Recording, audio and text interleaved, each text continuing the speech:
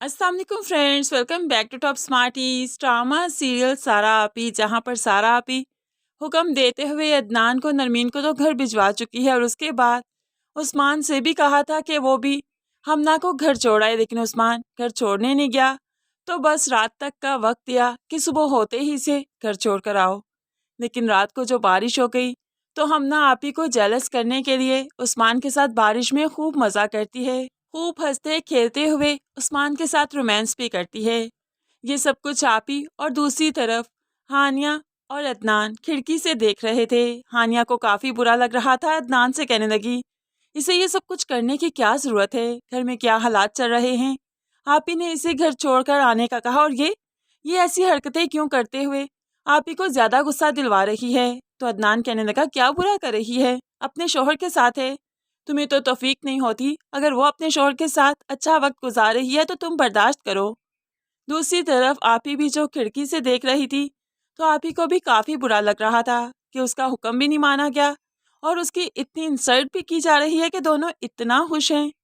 खैर, यहाँ पर जैसे ही बारिश थोड़ी थमी तो दोनों अंदर आ गए। जब कमरे में आए तो आपी भी सीढ़ियों से उतरते हुए इनके सामने जा खड़ी हुई। ये कदर है मेरे हुक्म की, मैंने तुम्हें कहा था ना सुबह होते ही से घर छोड़ कर आओ, लेकिन तुम्हें तो रोमांस करने से फुर्सत नहीं, तुम घर क्या छोड़ कर आओगे। कम अज कम मेरी बात का कुछ मान तो रखा होता। तुमसे अच्छा तो फिर अदनान है जिसने मेरी बात तो सुनी, मान तो रखा। कोई मैंने तलाक तो नहीं दिलवा देनी ना नरमीन को, लेकिन कम अज कम उसने मेरा मान तो रखा।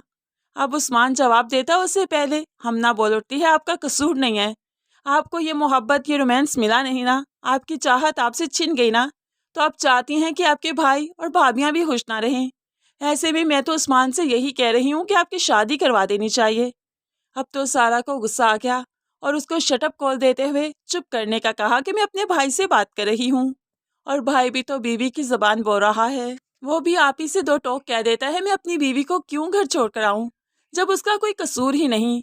घर में छोटी मोटी बातें हो जाती हैं, उन्हें बर्दाश्त किया करते हैं। मुझे लगता है कि हमना बिल्कुल ठीक कह रही है, आपको एक अदद पार्टनर की ज़रूरत है।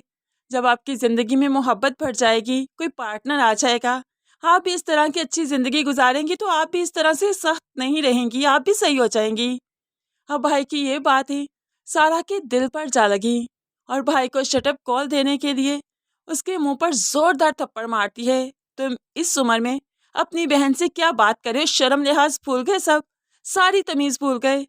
जरा बात करने की तमीज़ होती है, बड़ों से किस तरह से किस लहजे में बात की जाती है। लेकिन ये थप्पड़ भी उस्मान को ये ना बता सका कि उसने गलत कहा, उसे एहसास ना हो सका, क्योंकि हमना की सोहबत में जो बैठने लगा है तो एहसास कैसे ही होगा। अब बहन की बातें उसे और बुरी लगने लगी, बहन उसे और बुरी लगने लगी। बहन का थप्पड़ शायद वो कभी नहीं भूलेगा, इसलिए तो थप्पड़ खाने के बाद भी अपनी बात पर डटा रहा। तो क्या गलत कहा मैंने, आपकी ज़िंदगी में भी मोहब्बत होती, चाहत होती तो आप इस तरह से हमारी ज़िंदगियों को खराब तो ना करती। गुस्से से बातें करते हुए कमरे में चला गया और ऐसे ही हमना अपनी नंद के सामने मुस्कुराते हुए कमरे में चली गई कि जो करना है कर लो, वही होगा जो मैं चाहूँगी। इन चीज़ों ने अब सारा को तोड़ कर रख दिया। वो सोचने पर मजबूर है कि वो क्या करे। है यहाँ पर हमना अपनी हरकतों से बाज नहीं आई। सुबह होते ही फिर से एक कचहरी लगाकर बैठ गई, सारे भाइयों को अपने साथ बिठा लिया और उन्हें ये समझाने लगी कि आप ही की शादी हो जानी चाहिए, वरना वो हमारी ज़िंदगियों को अजीरन कर देंगी। उनकी शादी हो जाना बहुत ज़रूरी है। और यहाँ पर अदनान ऐसा सोचे ना सोचे, लेकिन बुरहान और उस्मान ज़रूर हमना के साथ हैं। वो यही चाहते हैं कि आप ही को शादी के लिए फ़ोर्स किया जाए ताकि वो इस घर से रुखसत होकर चली जाए और उनके लिए मैदान साफ हो जाए, सब कुछ उनके काबू में हो, कब्जे में हो और इस तरह वो जिस तरह से चाहें ज़िंदगी गुजारें। हमना ने तो इन्हें अलग ही रास्ते पर लगा दिया।